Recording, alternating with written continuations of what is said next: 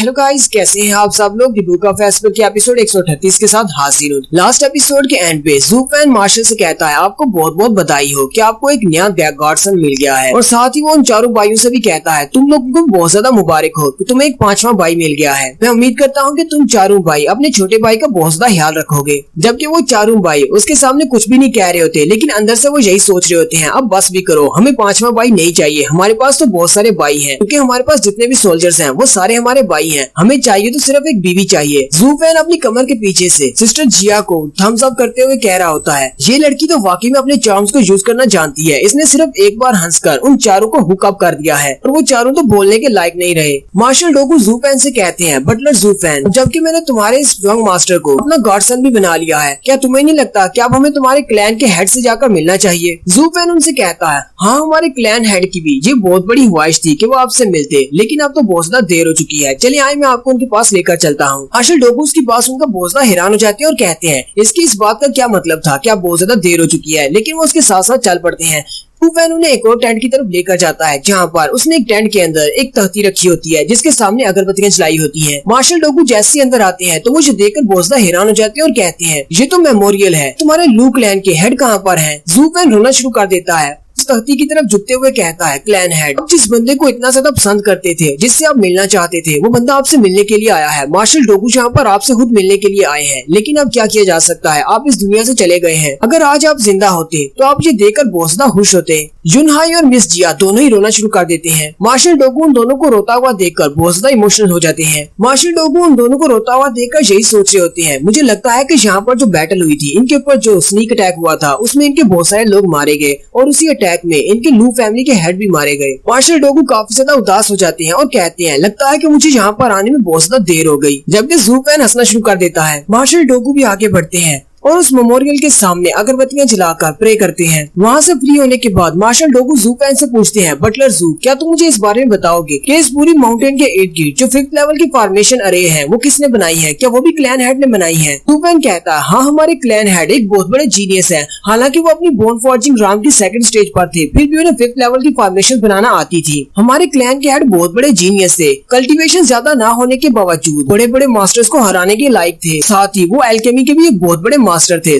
यहाँ पर सब कुछ अपने बारे में बता रहा है, और वो 5th लेवल की फॉर्मेशंस वो सारी हमारे क्लैन हेड ने खुद लगाई है। मार्शल उसकी बात सुनने के बाद सोच रहे होते हैं रेडियंट स्टेज का एक्सपर्ट भी इन 5th लेवल की फॉर्मेशंस को क्लियरली नहीं समझ सकता। इसके क्लैन हेड तो वाकई में बहुत बड़े जीनियस होंगे, जिन्होंने बोन टेम्परिंग स्टेज में रहते हुए इतनी बड़ी फॉर्मेशन बना डाली। मार्शल डोगू ज़ूफेन से कहते हैं तुम्हारे क्लैन हेड तो वाकई में बहुत बड़े जीनियस थे, शायद इसी वजह से एम्परर ने मुझे यहाँ पर तुम लोगों की हेल्प के लिए भेजा है। मास्टर डोगू सोच रहे होते हैं अब क्योंकि उस बंदे की कल्टीवेशन बहुत ज्यादा लो थी, इसी वजह से वो इन 5th लेवल की फॉर्मेशन को कंट्रोल नहीं कर पाया और दुश्मन यहाँ पर घुस आए और इनको मार डाला। मार्शल उनसे कहते हैं काश तुम्हारी लू फैमिली के हेड आज अगर जिंदा होते, मैं उन्हें अपनी आर्मी का एक जनरल बना लेता और उन्हें बॉर्डर पर भेज देता, जहाँ पर वो जाकर इस तरह की 5th लेवल की फॉर्मेशन से क्वान रॉन्ग के लोगों से बचा सकते थे। ज़ूफेन कहता है चलो शुक्र है मैंने इसे अपने बारे में नहीं बताया कि इन सारी फॉर्मेशन को मैंने बनाया है, वरना इसने मुझे उठाकर बॉर्डर पर फेंक देना था और मैं सारी जिंदगी वहीं पर बॉर्डर को प्रोटेक्ट करता रह जाता। साथ ही मार्शल चिल्लाते हुए कहते हैं कौन है वो लोग जिन लोगों ने तुम पर अटैक किया और तुम्हारे हेड को मार डाला, मुझे उनके नाम बताओ, मैं अभी जाता हूँ और उन सबको मार कर आता हूँ। ज़ूफेन उसकी बात सुनने के बाद फिर से अपना एक्टिंग मूड चालू करता है और कहता है मार्शल आपको उनके बारे में नहीं पता, वो लोग बहुत ज्यादा जालिम और खतरनाक हैं। हमारे पास ब्लैकविंड माउंटेन के ऊपर पूरे 1 लाख सोल्जर्स थे, लेकिन उन लोगों के अटैक के बाद अब हमारे पास सिर्फ 10,000 लोग ही रह गए हैं। जुनहाई और सिस्टर जिया दोनों उसकी तरफ देखकर सोच रहे होते हैं हमारे पास 1 लाख लोग कहाँ से आ गए। मास्टर डोगू से कहते हैं चलो मुझे जल्दी से उनके बारे में बताओ, ऐसे कमीने लोग कौन है जिन्होंने तुम्हारे 50,000 से भी ज्यादा लोगों को मार डाला है। मेरे टिंजू एम्पायर में ऐसा करने की हिम्मत किसकी हुई। मैं बॉर्डर पर जाकर तुम लोगों को प्रोटेक्ट करता हूँ, इसका मतलब ये नहीं कि ये लोग टिंजू एम्पायर में कुछ भी कर सकते हैं, किसी को भी मार सकते हैं। मैं उन सब लोगों को जड़ से उखाड़ दूंगा और अपने टिंजू एम्पायर को फिर से पीसफुल बना दूंगा। मिस जिया और जुनहाई दोनों ही उसे कहते हैं प्लीज हमें इंसाफ दिलाएं। मार्शल उन सब से कहते हैं तुम दोनों बिल्कुल भी घबराओ नहीं, उससे मैं यहाँ पर आ चुका हूँ, मैं तुम लोगों का ख्याल रखूंगा, मैं तुम सब लोगों के लिए बदला लूंगा, मैं उन सबको मार डालूंगा जिन्होंने भी तुम्हारे साथ ये सब कुछ किया है। यहीं पर बाद डोगू फैंग आगे बढ़ता है और मिस जिया के कंधे पर जाके हाथ रखते हुए कहता है, तुम्हें परेशान होने की जरूरत नहीं है। अब जबकि तुम्हारे छोटे भाई को हमने अपना एक छोटा भाई बना लिया है, हम सब लोग एक फैमिली की तरह हैं। हम चारों टाइगर्स मिलकर उन क्रिमिनल्स को मार डालेंगे जिन्होंने भी तुम्हारे साथ ऐसा किया है। जबकि उसके बाकी के तीनों भाई उसकी तरफ देखकर बहुत हैरान होते हैं और कहते हैं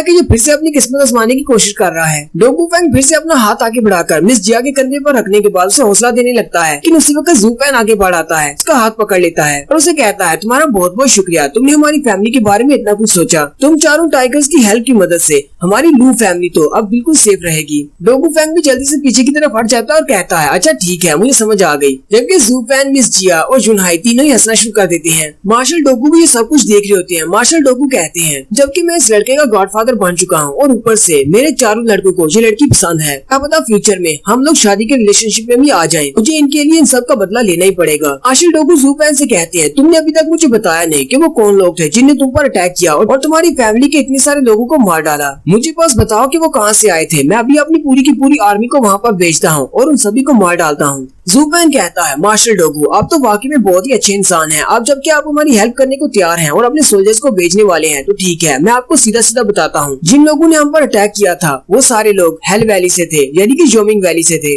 मैं उम्मीद करता हूँ कि आपकी आर्मी जल्दी से वहाँ पर जाएगी और जोमिंग वैली के सारे लोगों को मार डालेगी ताकि हमें इंसाफ मिल सके। मुझे पता है कि आप इंसाफ करने में बहुत ज्यादा माहिर हैं। मार्शल डोगू के पास उनका बहुत ज्यादा चौंक जाते हैं और उसे कहते हैं, जरा रुको, मुझे फिर से बताओ, तुमने अभी अभी क्या कहा? ज़ू फैन कहता है, मैंने हेल वैली का नाम लिया है, क्या इसमें कोई मुश्किल है? क्या आप अपने सोल्जर्स को ले जाकर जोमिंग वैली वालों पर अटैक नहीं कर सकते? मार्शल डोगू बहुत ज्यादा घबरा जाते हैं और कहते हैं, ये बटलर कह रहा है, क्या ये मुश्किल है? 7 बड़ी फैमिलीज के ऊपर अटैक करना कब से इतना ज्यादा आसान हो गया? 7 बड़ी फैमिलीज तो बहुत ज्यादा पावरफुल है। शायद इसी वजह से एम्परर ने मुझे यहाँ पर भेजा है, क्योंकि ये मसला बहुत ज्यादा सीरियस है। डोगू अपने आप में सोच रहे होते हैं, इसलिए तो एम्परर ने मुझे यहाँ पर भेजा है, क्योंकि 7 बड़ी फैमिलीज को सिर्फ हम पिलर्स ही कंट्रोल कर सकते हैं। आयर एम्परर ने मुझे यहाँ पर भेजने से पहले मुझे सब के बारे में क्यों नहीं बताया? मैं इन सबको जुबान दे चुका हूँ, अब मैं अपने वर्ड से पीछे नहीं हट सकता। ज़ू फैन मार्शल से कहता है, मार्शल जब आप अपनी आर्मी को लेकर जोमिंग वैली वालों पर अटैक करने के लिए जाएंगे तो क्या हम लोग भी तुम्हारे साथ जा सकते हैं? हम तुम्हारी आर्मी को चीयर अप करेंगे। मार्शल डोगू से आगे से कोई भी जवाब नहीं दे पाते, वो काफी ज्यादा परेशान होते हैं कि मैं इसको क्या जवाब दूं। यहीं पर डोगू लीन आगे बढ़ता और कहता है, स्टुअर्ट ज़ू फैन, क्या तुम इस बात को कंफर्म कर सकती हो कि वो जोमिंग वैली वाले लोग ही थे? क्योंकि जोमिंग वैली 7 बड़ी फैमिलीज में से एक बड़ी फैमिली है। हम लोग ऐसे ही उन पर अटैक नहीं कर सकते जब तक कि ये बात कंफर्म ना हो। क्या तुम्हारे पास इस बात का कोई प्रूफ है कि जोमिंग वैली वालों ने तुम्हारे क्लैन पर अटैक किया था और तुम्हारे लोगों को मारा है? मार्शल डोगू भी उसे कहते हैं, हाँ बिल्कुल, मैं भी यही जानना चाहता हूँ। हम लोग जोमिंग वैली के ऊपर ऐसे अटैक नहीं कर सकते। ज़ू फैन भी सोच रहा है, जितने भी एल्डर्स यहाँ पर अटैक करने के लिए आए थे, मैंने तो उन सभी को मार डाला है। अब मेरे पास कोई भी सबूत नहीं है, मैं इनको सबूत कहाँ से दूं? ज़ू फैन कहता है, वो सारे लोग जो कि यहाँ पर अटैक करने के लिए आए थे, वो सारे लोग बहुत ही स्पीड के साथ यहाँ से भाग गए, हम उन्हें पकड़ भी नहीं पाए। मार्शल डोगू से कहते हैं, अब जबकि तुम्हारे पास इस बात को साबित करने के लिए कोई भी प्रूफ नहीं है कि जोमिंग वैली वालों ने तुम पर अटैक किया था, हम लोग जोमिंग वैली वालों पर अटैक नहीं करेंगे। ज़ू फैन कहता है, लेकिन हमारे पास अभी भी एक सबूत है, हमारे पास कुछ गवाह हैं, हमारे पास स्काई फैमिली और सन फैमिली वाले लोग हैं जिन्हें हमने बंदी बनाकर रखा है, वो भी उनके साथ मिले हुए थे। वो लोग अपने मुंह से आपके सामने एक्सेप्ट करेंगे जोमिंग वैली वालों ने हम पर अटैक किया था। इतना सबूत तुम लोगों के लिए काफी है। डोगू लीन उसे कहता है, एक ऐसा स्पाई जो कि जोमिंग वैली का बंदा नहीं है, उसकी बात को माना नहीं जा सकता, वो कोई भी प्रूफ साबित नहीं कर सकता। हो सकता है कि वो तुम्हारी अपनी ही फैमिली के हिस्सा हो, वो जानबूझकर जोमिंग वैली वालों के खिलाफ बयान दे दे। मार्शल डोगू से कहते हैं, मेरा लड़का बिल्कुल ठीक कह रहा है, मेरे हाथ बंधे हुए हैं, मैं ऐसे कुछ भी नहीं कर सकता जब तक कि तुम मुझे एक परफेक्ट सबूत नहीं देते। अगर तुम मुझे अभी सबूत दे देते हो तो मैं अभी अपनी आर्मी को लेकर उन पर अटैक करने के लिए चला जाता हूँ। मार्शल डोगू सोच रहे होते हैं, अगर मैं ऐसे 7 बड़ी फैमिली के ऊपर अटैक करने के लिए चला जाता हूँ तो पूरा टिंजू एम्पायर हिल कर रह जाएगा, क्योंकि एक सिविल वॉर स्टार्ट हो जाएगी। क्योंकि ज़ू फैन सोच रहा होता है, मुझे नहीं लगता कि मैं इस बूढ़े खूसट को इस तरह मना पाऊंगा, ये सिर्फ मेरी बातें सुनने के बाद उनके ऊपर अटैक करने के लिए नहीं जाएगा। हालांकि अगर मैं इसको सबूत भी दे देता हूँ तब भी ये उन पर अटैक नहीं करेगा, क्योंकि इसे पता है कि अगर ये उन पर अटैक करेगा तो सिविल वॉर स्टार्ट हो जाएगी और 7 बड़ी फैमिलीज आपस में लड़ना शुरू हो जाएंगी। इसलिए मुझे अब जो काम करना है वो ये करना है कि जोमिंग वैली या फिर 7 बड़े हाउसेज के दरमियान और इस डोगू के दरमियान में फाइट करवानी है। एक बार ये दोनों एक दूसरे के दुश्मन बन गए तो ये दोनों आपस में ही फाइट करके मरेंगे। उसी वक्त टोंगलिन भागता रोता हुआ अंदर आता है और कहता है, बटलर ज़ूफेन, अरे स्काउट्स ने रिपोर्ट दी है कि हमारे आसमान में 3 अलग अलग रंग की चीजें उड़ती हुई दिखाई दी हैं। हमें नहीं पता कि वो क्या चीजें हैं, तुम्हें आकर देखना चाहिए। ज़ूफेन उसके साथ चला जाता है। डोगू फैंग कहता है, गॉडफादर, क्या हमें भी चलना चाहिए? चल डोगू से कहते हैं, हाँ हमारे साथ चलो, हम भी चल के देखते हैं। वो लोग बाहर जाकर देखते हैं तो ये वही मैसेज वाली जेट स्लिप्स होती है जो कि उन फैमिली के एल्डर्स ने भेजी थी। मार्शल भी ये देखकर बहुत ज्यादा हैरान हो जाते हैं और कहते हैं, ये तो मैसेज वाली जेट स्लिप्स है। मार्शल डोगू फैंग से कहते हैं, ऊपर जाओ और उनको पकड़ कर लाओ, देखते हैं कि उसके अंदर किसने मैसेज भेजा है। इन उसी वक्त ज़ूफेन अपने पंख निकालता है और बिजली की तेजी से ऊपर जाता है और तीनों जेट स्लिप्स को पकड़कर नीचे आ जाता है। मार्शल डोगू भी ये देखकर बहुत ज्यादा हैरान हो जाते हैं और कहते हैं, ये लड़का तो अपनी बोन टेम्परिंग स्टेज के 5th लेवल पर है, लेकिन फिर भी इसकी स्पीड तो एक स्काई परफॉर्म ड्राम के मास्टर जितनी है। ये लड़का तो वाकई में बहुत ज्यादा टैलेंटेड है। ज़ूफेन उन जेट स्लिप्स को देखने के बाद हंसना शुरू कर देता है और मार्शल डोगू से कहता है, मार्शल डोगू,